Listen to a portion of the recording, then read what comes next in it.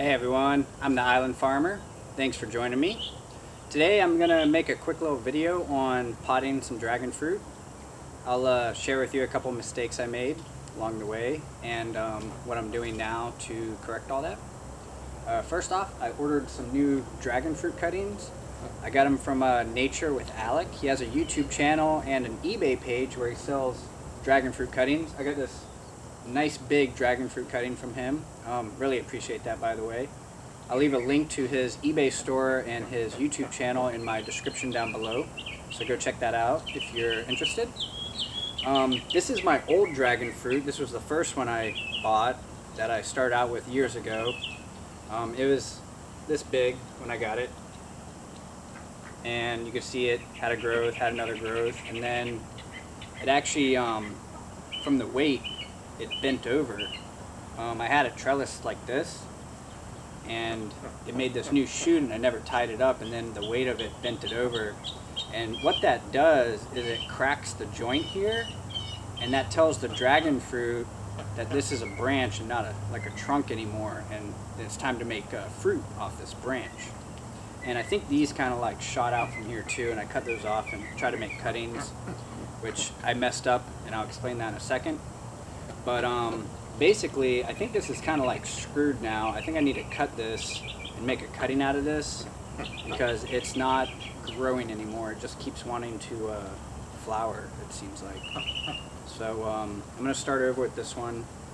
I'm going to just cut it right here, make a new cutting, and repot this one. It has a nice big root going. Kind of a strange looking root. Not sure if that's what they're supposed to look like or not, but that's what we're dealing with.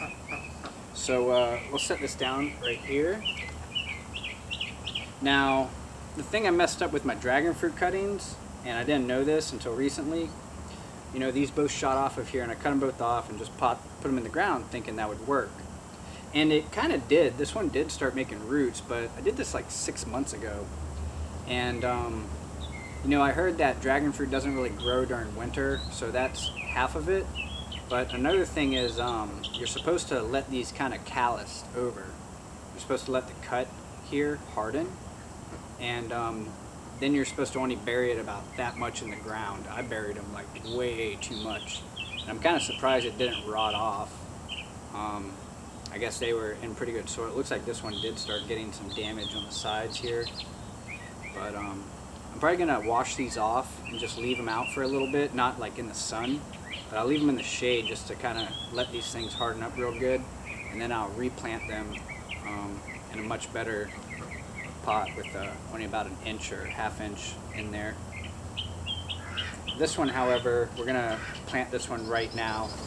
Alright, looks like my camera stopped recording, which is awesome.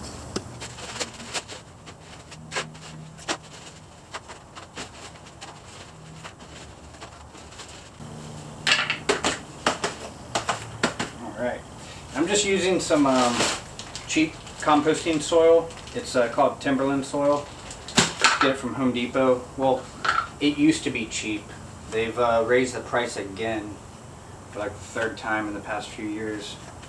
It's like $2.25 a bag now. Alright, so you don't need to put very much of the roots in the ground. You can see just like a little tiny bit here worked. If you put any more than that, it can kind of rot the dragon fruit. So we're just going to barely get those roots in there. We're just going to kind of set them in there right now because we've got to secure this guy.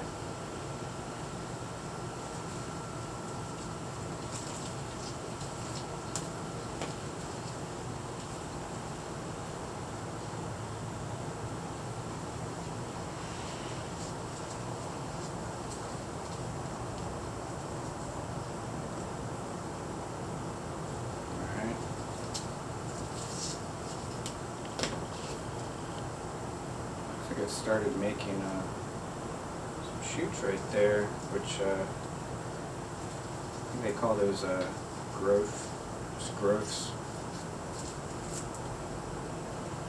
So we'll probably want to trim that. I don't want to trim it anytime soon because it's definitely going to be going through its shock, transplant shock, and travel shock. It traveled all the way from California. Alright, so now we'll pack it in real good.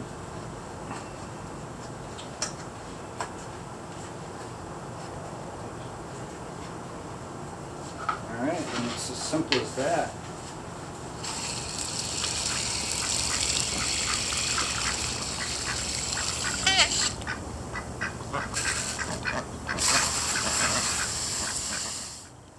Alright, so last but not least, I'm moving the dragon fruit into my screen porch. I got the cuttings right there on that little lip right there. But basically, and I kind of knew this from buying stuff online. When you get any kind of plant in a box from shipping, it's been in a box for like a few days, and they'll be in complete darkness, you know. So like if you were to just put it out in the sun for a little while, probably like burn it. The best thing to do is to put them in like pretty much complete shade with some illuminating light, which this should be pretty good here. And you only got to do that for like a few days, maybe like a week, and you can start kind of transitioning them into more and more sunlight. So we'll just slowly step them up into more and more sun. I still have to pot those 3 clippings, probably do that in a few days, and then we're going to try to get them all on the same page, which means I'll keep them all in here and then we'll move them all out together. That way I'm not having to move 3 and then 3 more. Alright, and real quick, I just wanted to show you guys the ochre that I planted, that I direct sowed, is all came up.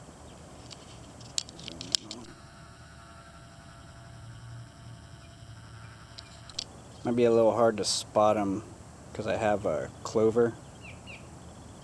Everywhere I don't weed the clover. I like the clover. There's 2 more there. There's 2 more there. And then there's 2 more on the right there. I think I stepped on the ones that should be there on the left. And I stepped on some down here, I think, too. I'll probably get my red or my burgundy ochre seeds and come in and replant where, like these 2 right here. I'll plant 2 more red ones there, and then down here, I think. Alright everyone, that's going to be it for this video. I hope you enjoyed it. Stay tuned. Make sure you hit the like and subscribe button. Getting close to 1,000 subscribers, which is a big deal on YouTube. But I appreciate everyone's support so far. This is I've got a lot further than I thought I would. I basically started this out as just like let's see what happens, and a year later here we are. So thank you guys, appreciate it. Take it easy.